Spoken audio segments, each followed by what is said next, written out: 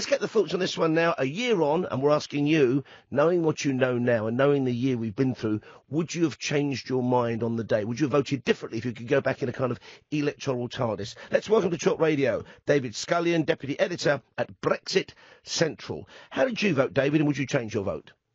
I voted to leave, and definitely would not change my vote at all. No, it's been a fantastic decision. Now, we have had Angela Merkel already saying that things have got off to a good start with this offer from Theresa May. Obviously, we hope it will be reciprocated to British nationals living in the EU. That'll be one stumbling block out of the way. I still wonder what the final divorce payment might be, and what are your thoughts on that? How much would you like us to pay to get out of that club? Well, I think with the divorce payment, what we've had is the EU just ratcheting up the rhetoric before the negotiations have started. These figures aren't really based off anything; they're just plucked out of thin air, and it's just gone up and up and up, and now it's 100 billion. And I think this is just posturing before negotiations starts. And I think when it gets going, it's going to kind of settle down to a more reasonable figure. I think that's inevitably going to happen. The question, I suppose, is what you think a reasonable figure might be, given that there will have been things that we committed to, even tacitly by our membership of the EU, projects that are in place and things that are being planned, that we would have some financial responsibility for.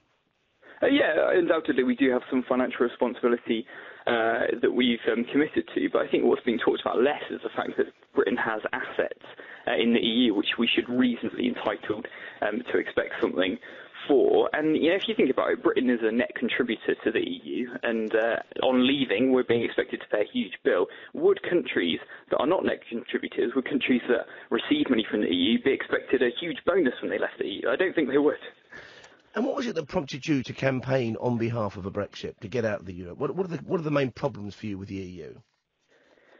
Well, I think the main problems are a huge democracy deficit. The European Parliament is basically a talking shop, and I think sovereignty as well. People just feel totally powerless, and that's why I think "take back control" is just such a powerful slogan, really, just to get back control of our laws, back control of our money, and back control of our borders.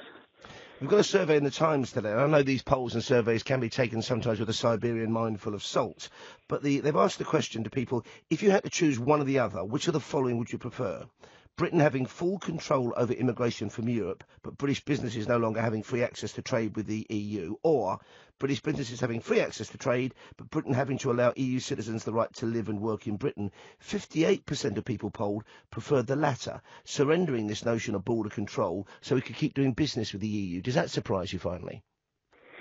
Yeah, I mean, I think you're right. We do need to take them with a pinch of salt. I mean, just the other week we had a poll by YouGov saying that 70% of people, of all people that voted Leave and Remain, want Theresa May to get on with Brexit, and also 62% of people think that the way that she's approaching it is in line with the result of the referendum campaign. I think immigration was a key factor in that. So, I do want to take that with a huge pinch of salt, really. And guess what, David? It's a YouGov survey. Thank you very much for your time this morning. David Scullion, there, Deputy Editor at Brexit Central, talking to me, Paul Ross, on talkRADIO.